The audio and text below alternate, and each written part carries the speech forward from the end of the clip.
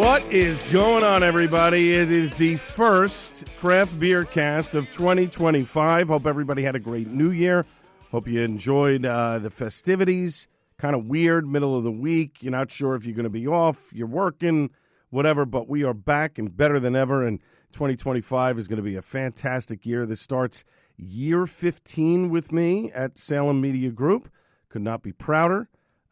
Just excited and thankful for the powers that be that this show continues as we go into, is this our 9th year that we're going into? My goodness.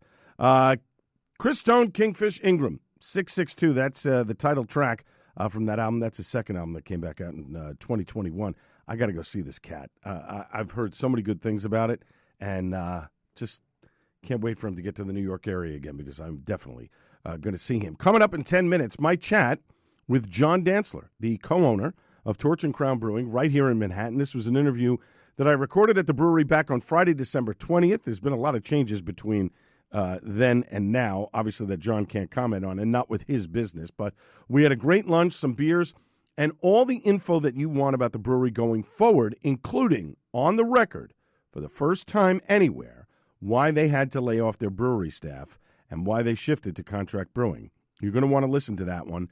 That's coming up in just about 10 minutes from now in 2 parts from Torch and Crown. But we've got a lot of beer news to get to and not a lot of time to get to it. So on New Year's Eve, 2 New England legacy craft houses merged into a deal that brings together not 1, not 2, but 14 different brands. The parent companies of Harpoon and Smutty Nose, Massachusetts Bay Brewing Company, and Finest Kind Brewing have merged to form Barrel One Collective.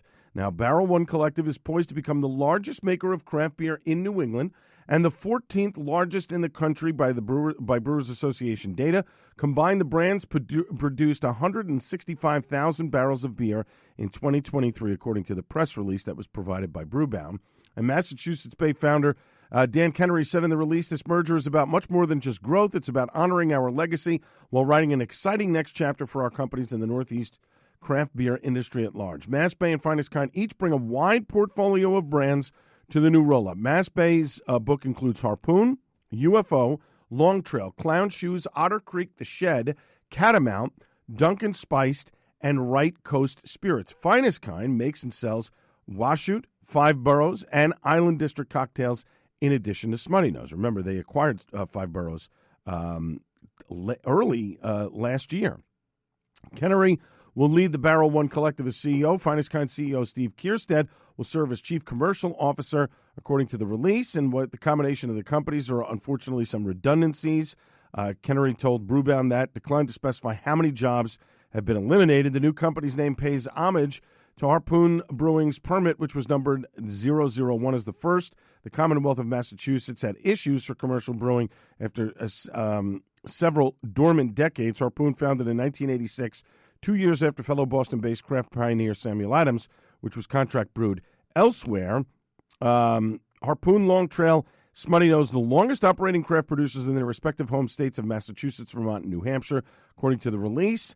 They are excited to get started. Barrel One will operate 8 brewery and taproom locations across 4 states: Boston, Worcester, Westminster, Massachusetts, Northampton, New Hampshire, Brooklyn, New York, and Windsor and Bridgewater Corners, Vermont. Primary production for the company will take place at Massachusetts-based breweries in Boston and Windsor.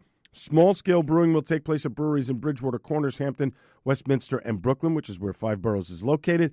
Kennery told Brewbound, however, no one brewery will be tasked specifically with innovation. He said, we expect great ideas to come from all breweries. Our ability to cross-pollinate ideas will be a real strength. This is a great move.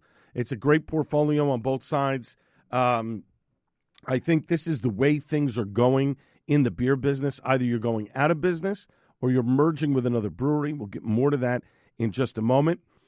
Pure Project's 9th anniversary celebration out in San Diego will take place Saturday, January 25th. pureproject.org. You click on events. That's where you can get your tickets. The VIP hour is from 11:30 in the morning till 1 p.m. and general admission is from 1 to 5. This is at Pure Project Miramar, 9030 Kennemar Drive, number 308 in San Diego. The theme is crops and hops. They're going to have a beer garden and food, live music, rare beers. They'll have a cellar bottle sale as well. Many of the beers only available on that day.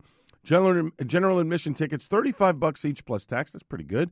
You get admission from 1 to 5 p.m. You get 6 beer tokens. The beer will be available in taster or full pour sizes, will vary in price from 1 to 4 tokens. You get a raffle ticket benefiting Coastal Roots Farm and a commemorative 9th anniversary glass.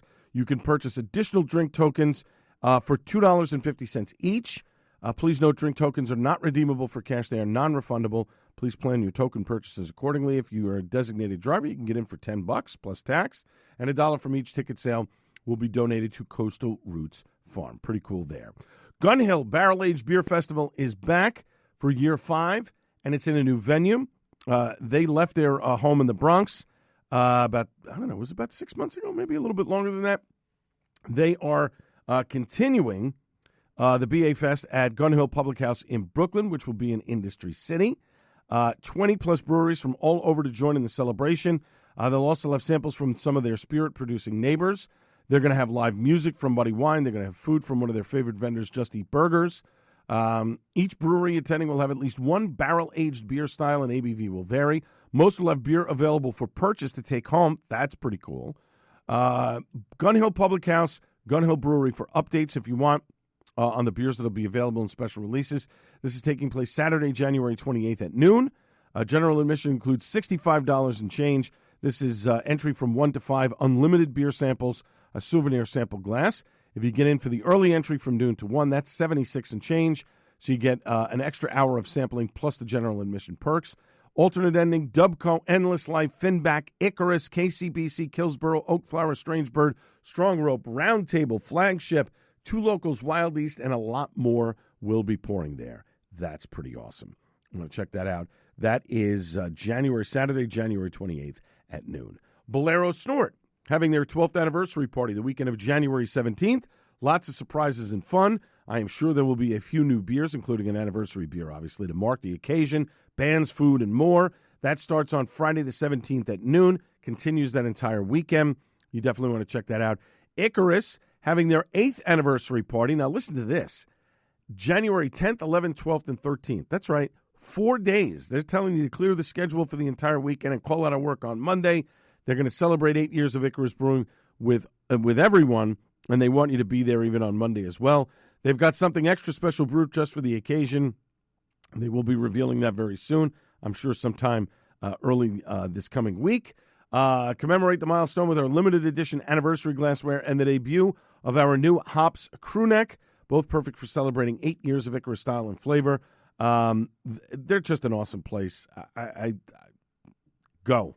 If you're available next week, go. I'm not. I have maybe I might try and swing down there, but I have a bottle share coming up this coming Saturday, so not going to be able to make it there for Saturday.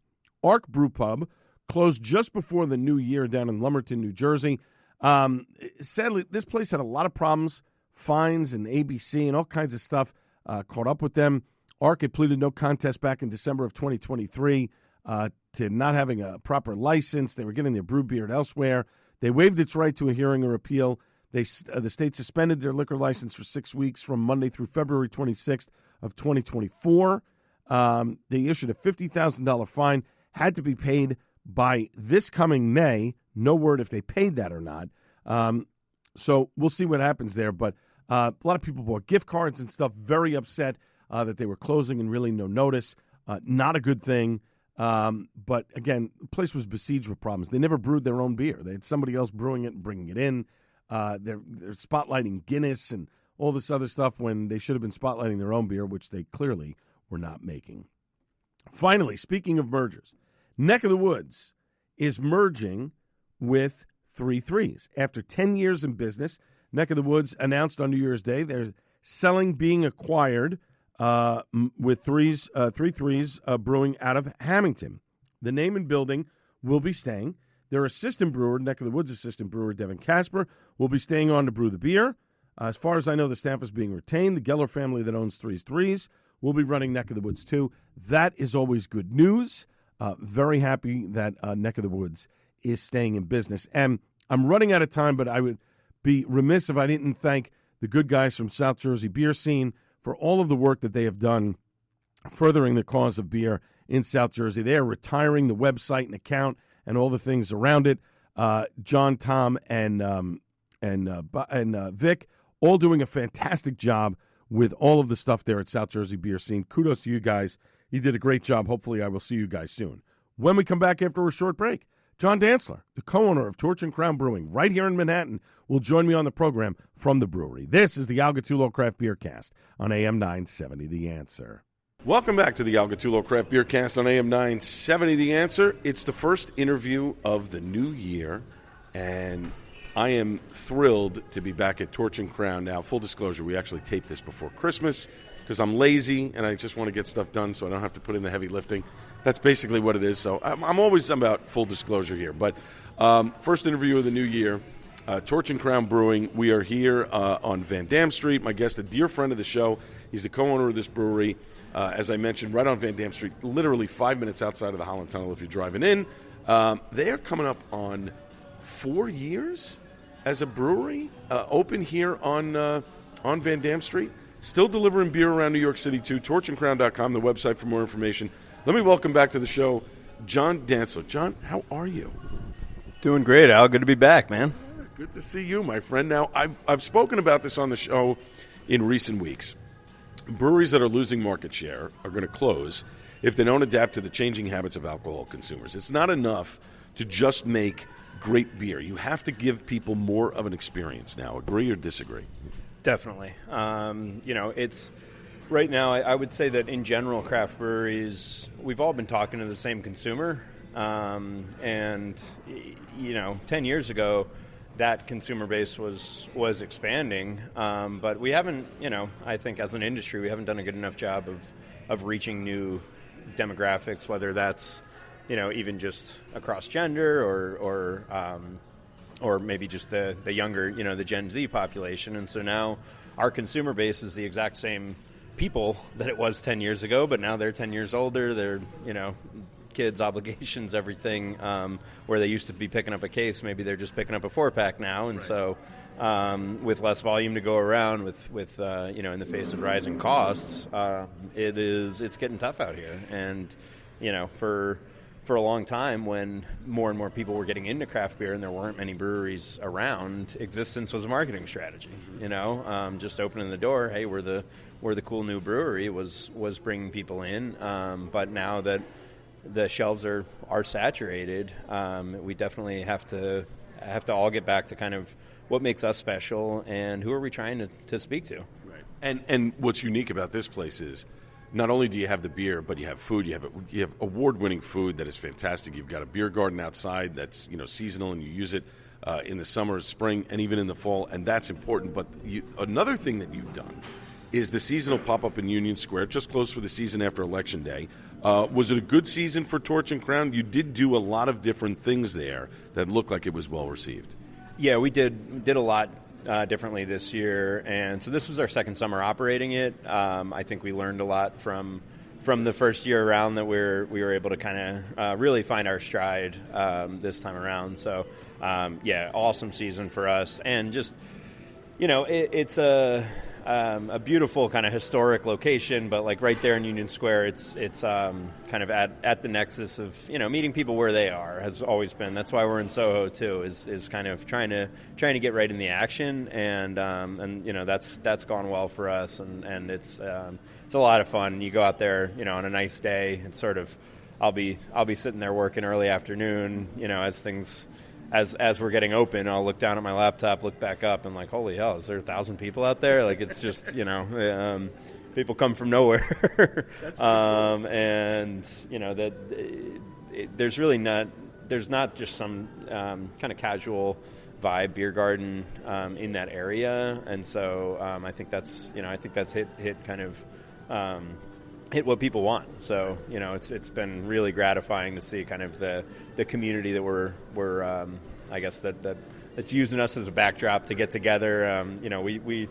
We try to remind ourselves, obviously we obsess over every beer we're making, but we try to remind ourselves that beer is not the is not the centerpiece of most people getting together. Beer is, we're there to facilitate good times. We're there to provide a backdrop, but like for everyone except for the those craft beer geeks that we're talking about, right? And we love every one of them, but for people that don't maybe wouldn't maybe call themselves that, like it's more about the atmosphere, the experience, kind of everything else, and we're in the backdrop to what they're doing, getting together with friends, catching up, whatever sort of celebrations, mourning periods even, and so I think the team, the hospitality team across both of our locations has really leaned into that, making every experience special, and hopefully people are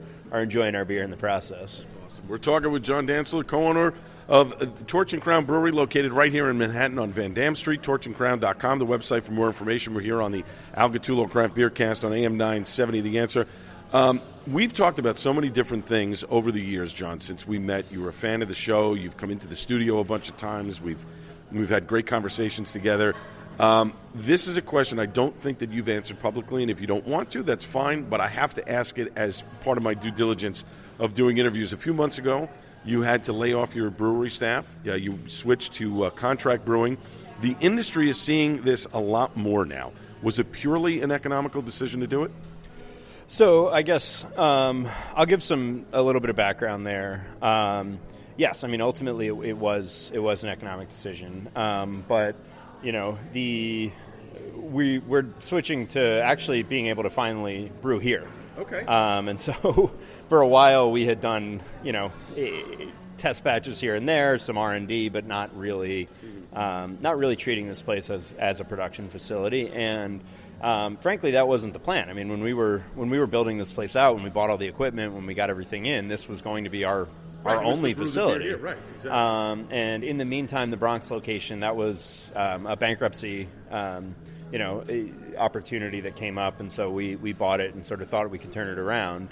And it really came down to we've thrown just tons of resources, millions of dollars in trying to turn that place into something efficient, and we've had ideas of what the break-even point should be. How much beer do we need to make out of that facility to exist kind of sustainably from the financial side? And it's sort of like every time we've reached, the goalposts have moved. Every time we've reached that hurdle,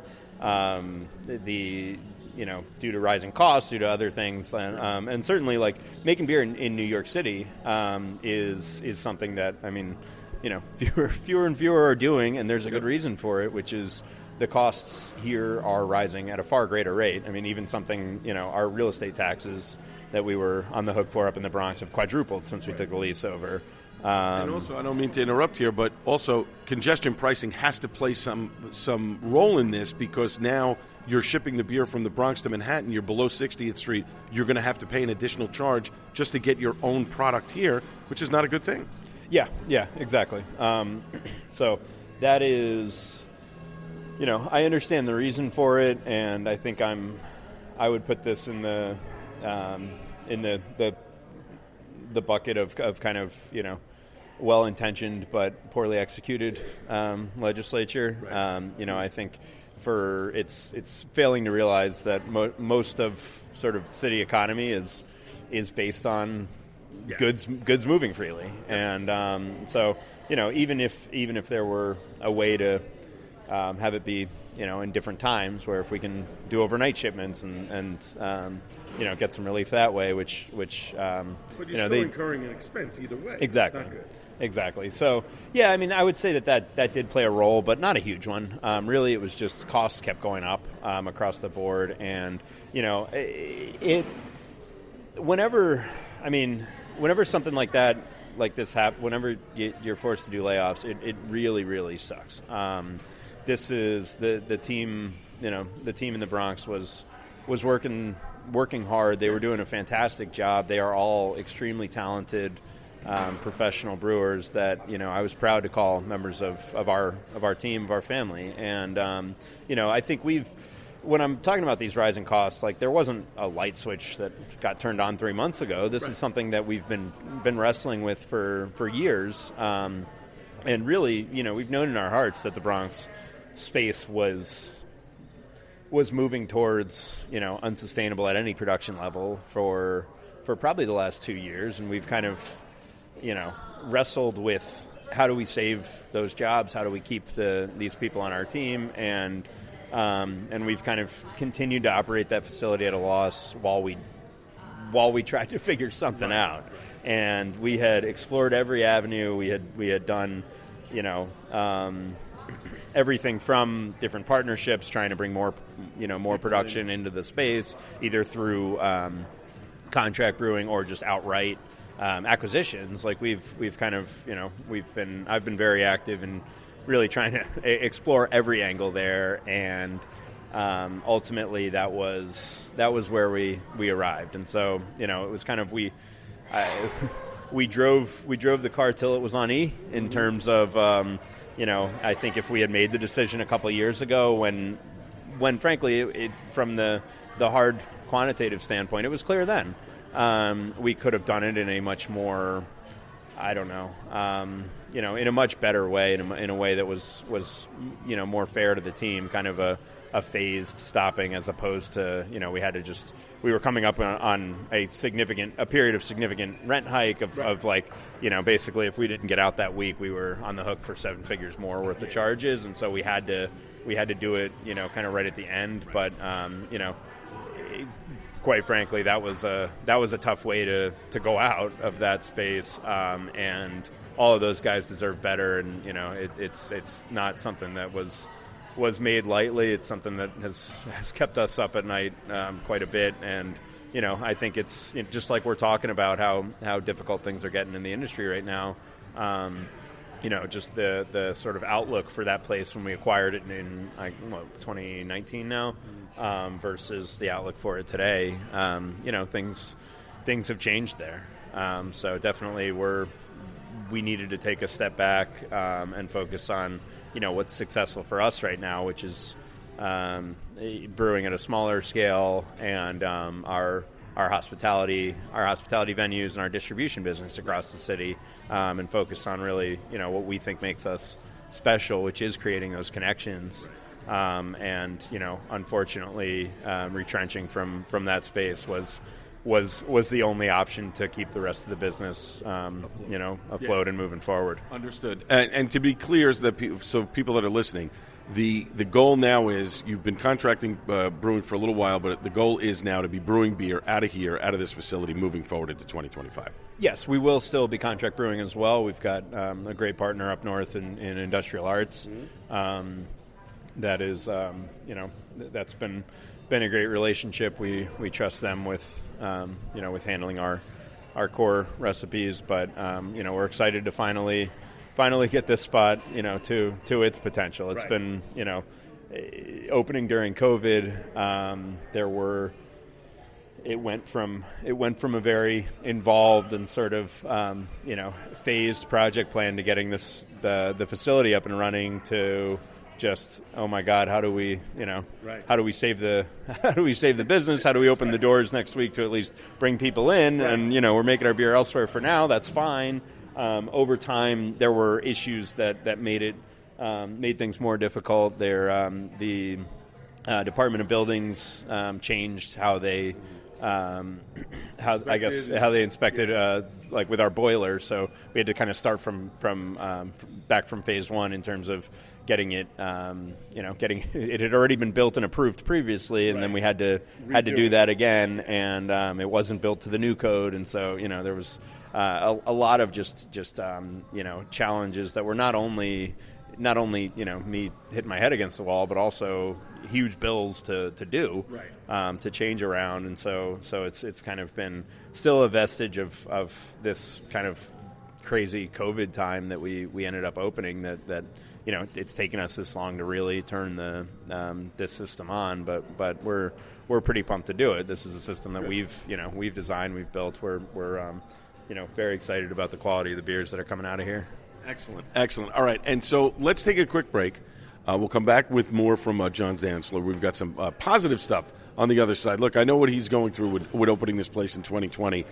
Killsborough on Staten Island going through the same thing. They were supposed to be open at the beginning of this year. Looks like it's going to happen somewhere in 2025, and I'm sure they're dealing with their own problems as well. Nobody is immune to bureaucracy and finances and nonsense like the stuff that goes on here. All right, we're going to take a quick break. We'll be back with more with John from Torch and Crown Brewery right here on Van Dam Street on the Algatulo Craft Beer Cast on AM 970 The Answer.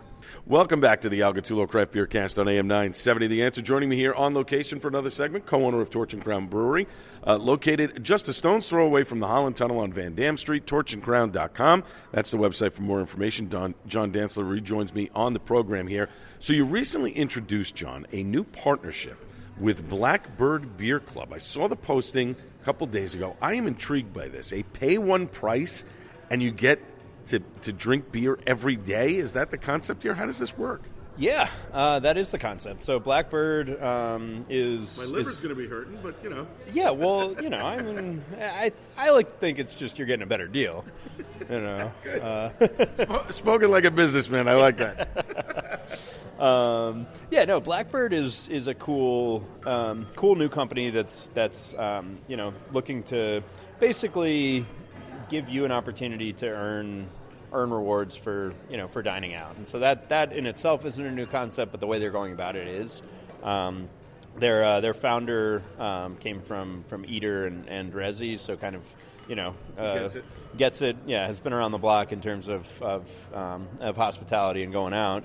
And so, yeah, that's pretty much what it is. You're paying you're paying one monthly fee, and you have unlimited. I believe it's a free beer, like kind of per visit. Okay. I don't think you can just sit here and drink us under the table. Right.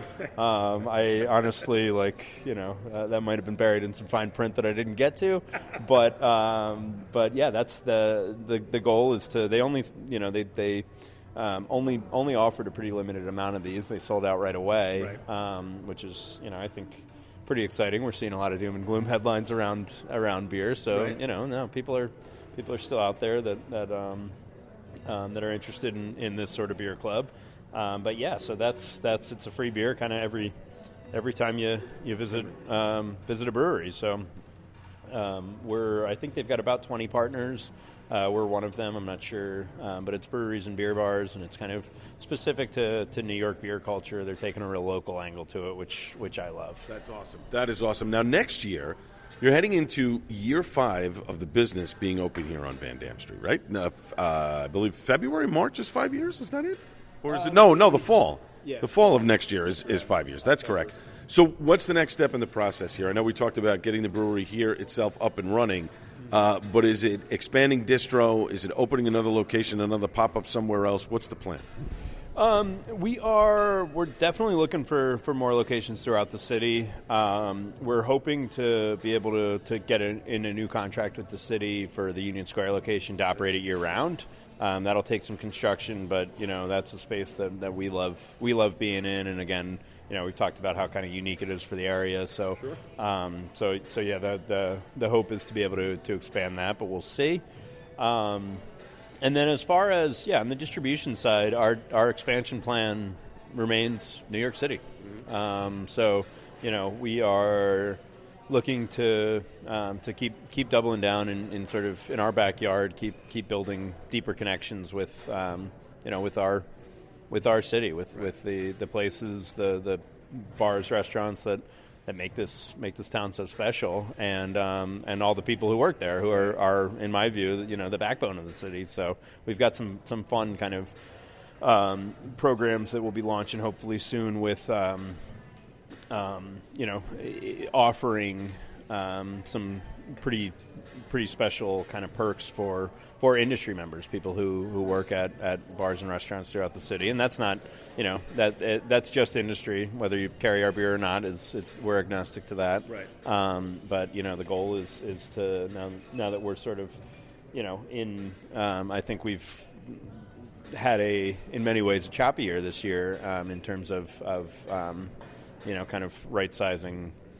I don't know, our infrastructure for where we are today, but now that we've done that, we're in a place where we can finally hopefully turn around and sort of offer perks for the industry folks that are the backbone of this city. So, that's definitely something I'm looking forward to. And then outside of that, a whole lot of things in the works that might happen, might not. Yeah, exactly. Exactly. All right. So my job, I like to say, is most of my time is spent on very low probability things. That so if you look at any 10 things I'm working on, 9 of them probably aren't going to hit, and maybe the 10th one won't either. But occasionally when they do, like the Union Square space, that was something that was a long shot when we entered in, and we're able to. So when they do, it's pretty special, and so we've got a few more initiatives like that are pretty lofty and ambitious, and I'll sound like an idiot talking about them here if they don't come true. But we've definitely got some exciting stuff in the works. Very cool, very cool. How important is social media in regards to promoting your product now? Extremely. I mean, for small businesses, it's the tool that we have to engage with customers that like obviously it's available for free. It's so for you're not seeing any billboards or TV ads for us, right? Like right. So for us engaging locally, it's the biggest thing, our biggest way to speak to our customer base, speak to our guests outside of people walking in, sitting at the bar next to me. Right. All right. Last question from me. New York City Beer Week, right around the corner. New York City Brewed kicking off the Beer Week. Will once again be at Industry City this time in a new location, second floor. One of the buildings capped at 600 people. You're going to have views of the New York City skyline. The best part, though, that I find I love this idea, is that the Guild is including ciders, spirits, all New York-based to the event. You serve a lot of the same products in your place here, which is really cool. If you think this is just a beer bar, there's New York wine, there's New York spirits. They can make you any drink you want with ingredients that are made right here in New York City and New York State. Your thoughts on including these different alcoholic beverages at the event on Saturday, February 22nd? Yeah, I'm a huge supporter of it. I mean, I think for the same reasons that we have New York-based products here. Again, I think our beer's fantastic. Right. Maybe I'm a little biased, but at the same time, we're nowhere near arrogant enough to think that everyone is going to travel, going to come visit us purely to drink our beer. And so our goal again is kind of, we need to take a little bit of humility to realizing that we're in the business of good times, and so whether that's people enjoying our beer, which we hope they are, but we've also put a ton of time and effort, and our bar team's fantastic into developing our cocktail program, which does use all New York State ingredients, and same thing with our wine selection. We take, I guess we like to think that we take the same sort of pride and dedication that we take to our own craft, to making beer, to our selection process and sort of development process on the rest of the recipe. And the goal there, again, is like, we get a lot of big groups in, and some people are beer drinkers, some people aren't, and we want people who aren't beer drinkers. Our job is, once they walk in the door, is to change that. Right. And so even things like, bringing a sample of a sour, if someone orders a rosé, is a good way to sort of like introduce, there are beer, you think you don't like beer because you had Miller Lite once and that wasn't good. There's a lot of diversity of sort of everything from, flavor components to everything that I guess that makes up a beverage. There's a lot of diversity within beer that we do want to showcase, but at the same time, I would say, like, I think over the course of, we're not deodorant, I bought Old Spice when I was, 11, 12, whenever you're doing that, and I'm still an old, because just why change? I don't know, right? For this, like, I would certainly say I'm a beer drinker, but I drink cocktails, I drink wine, and most of the time, if I'm having a night out, I'm probably going to have all three at some point, right? And so being able to I guess to celebrate that and also bring in our like-minded producers, not just limited to beer, so wine, spirits, coffee, whatever else, but that are here going through the same struggles. I mean, we have way more a production operation in New York City. We have way more in common with someone roasting coffee in Brooklyn than we do with someone making beer in Minnesota. That's in terms of, I mean, we were talking about the DOB nonsense, but just from a broader standpoint, everything from how do we interact with New York City culture, to how are we dealing with the friggin' congestion surcharge, stuff like that. I think that's a fun way to get everyone under one roof, and I think it speaks to the evolution of the industry, where for right now, I think the emphasis maybe moving away from we're brewers, but moving towards we are people producing locally who take an insane amount of just dedication to our craft, regardless of what that craft is probably a better message, honestly. What we love about carrying New York State wines and spirits here is that we're able to showcase them in a way that they don't get anywhere else, and it's the same exact battle. When we walk into a bar down the street, it's, well, Bud Light paid me for that tap line, that's illegal. So allegedly. We're fighting against the big guys to get to get our placements, to get onto draft lines, get onto menus across the city. And the local spirits guys, they're not fighting Budweiser, they're fighting, Sky Vodka or exactly. But they're fighting the same exact battle we are. And so being able to, people walk in here, do you have Tito's? No, we don't. But we have this great local vodka. Why don't you try that?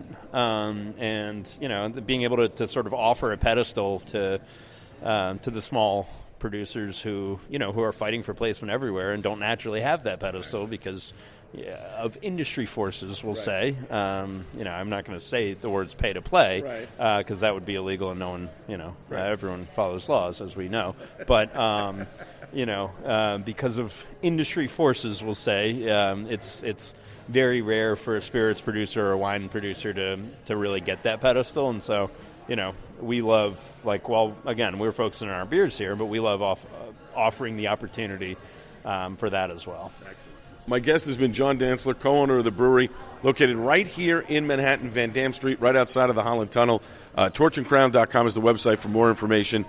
John, I'm not saying this because I'm here in your place today and we're drinking beers. We're drinking the Black Tie Porter, which is fantastic, and we're going to have some lunch. You're one of my favorite interviews over the course of, I'm heading into now year 8 or 9 of this show. I don't even know because we started in 2016 and my math is terrible.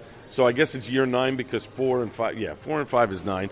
I figured that out in, elementary school. But anyway, you are one of my favorite guests because there's not a single question that I can throw at you that you don't have an answer for and give such good information to people and opinions and are not afraid to voice your opinion, which I think is great. I think it's refreshing. I think more people need to do that. You and I have known each other for quite some time. You're always direct with me, and I appreciate that, and your hospitality is awesome. It's one of the reasons why I keep coming back here. Thanks so much for joining me on the program, as always. I appreciate it, Al. Always wrong, but never in doubt. I love it. When we come back, it's Suds and Duds, the first for the new year, right after this, on the Algatulo Craft Beer Cast on AM 970, The Answer.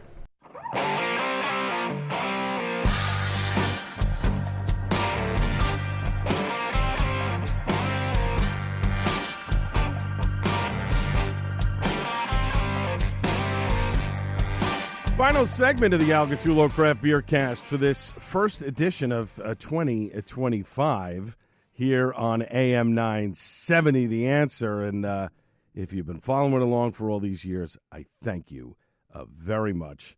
I'm having fun doing it, and we're going to keep doing it until they tell me, you know what, you can't do it on the radio anymore. Who knows when that will be. Let us kick off Suds and Duds, because we've got a very small segment here to get it done. Too much fun, speaking of fun, by Wet Ticket Brewing. This is just, look, it's the beer that I created with Tim Pewitt at Wet Ticket. We love it. It's an enjoyable beer. I love it. I could drink it over and over again. And the one thing that I've heard from so many people about this beer, and which is fantastic, is just that you can have another one, and another one, and another one, and it's not overwhelming. And that's the best thing about this beer. A little over 6% ABV, a beer that you can go back to over and over again without getting overwhelmed. Now, I was able to get over to Ashton Brewing a couple weeks before they closed their doors, and I'm happy that I did. Had a nice time chatting with Steve. Had the Ship of Fools, beautiful Baltic Porter, nice head of rye, just a delicious beer. I'm so sad to see Steve and Ashton Brewing close. I've talked about it over the last several weeks. A good man, good brewery, good beers, just a bad location. That's really what it boils down to. His location was bad and really didn't have that much distro, and it's tough when you can't get people in the door. Had the Ashton Brewing Double Trouble. This was really good. I think this was on Nitro. Chocolate peanut butter goodness in that one. Fantastic beer. And then brought some beers home, which I'll be reviewing over the next several weeks. But one of them that I did crack open when I got home was the Jersey Dreamin', a fantastic Pilsner in a six-pack. Just really hit the spot. And kudos to Steve and his entire staff. They did a fantastic job over there in the old Demented space in Middlesex County. Paragon Tap and Table had this great thing right before the holidays where they were doing a Toys for Tots promotion. And what they did was they opened on a Monday because they're closed on Mondays. They're open 6 days a week, but closed on Mondays. And they opened it up to just 25 people. And all you had to do, it was pay $50. You come in, appetizers and whatever you want to drink. All you had to do was donate a new unwrapped toy. And so, hey, I'm in for 2 hours. It was fantastic. So I had a Galaxy Head High, solid and juicy on that one. Then I had the Year's End from Kane, both of these from Kane. Boy, I'll tell you, that was a great beer, that Year's End. Full-flavored, juicy as could be, delicious. I think by the time that Thursday rolled around, they had already kicked that keg. That's an outstanding beer. And then I got together with my friends just before Christmas. We decided the four of us to get together and have some beers and dinner at Wet Ticket. Started off, obviously, with a Too Much Fun from Wet Ticket. They do have it on tap at Paragon Tap and Table. It might be gone by now. Again, the second version of the beer, even better than the first version of the beer. Really enjoyed it a lot. Had a taste of the 5 C's IPA by Vault Brewing. This was, they're labeling it as an American IPA, very West Coast-ish to me. I guess there's different styles of American IPA. This one felt way more West Coast than anything that I've had. Conclave, great brewery. I need to get to Conclave in the new year here. I've not been there, but I've had plenty of their beers. This one, no exception. Solar Butterfly. Those guys don't make a bad beer at all. They are, you know where I put them on the level of? I would put them just underneath Troon. And I know people are going to argue with me about that. I think Troon is sort of the top tier in New Jersey, along with, I would say, Source, Conclave, Bakes, even some of their stuff. As the hot brewery, Bakes being the hot brewery, they just celebrated a year in business. But Conclave, certainly in the conversation, no doubt. They are a really, really good brewery, and I've got to get over there to Flemington one of these days to check them out in person. Actually, I have a gift card to Reddington Brewery. Maybe I'll do that and then head over to Conclave because it's not that far from one another. Maybe I'll do that. That's actually sounds like a really good idea. Blue Hotel by Kane. Solid, juicy, hazy. Excellent beer.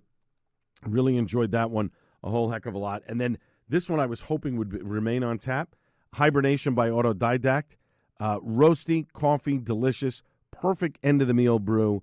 And I started off the night there with an Achtung by Brick City Brewing. An outstanding lager, nice little hit of sweetness on the back end, a banging beer. My thanks to everybody involved in the show, as well as my guest, John Dantzler, the co-owner of Torch and Crown Brewing, and, of course, last but not least, the great Buddy Watson. I will be back live on the Joe Piscopo Show Monday at 6 a.m. This has been the Al Gattullo Craft Beer Cast on AM 970 The Answer. Cheers, everybody.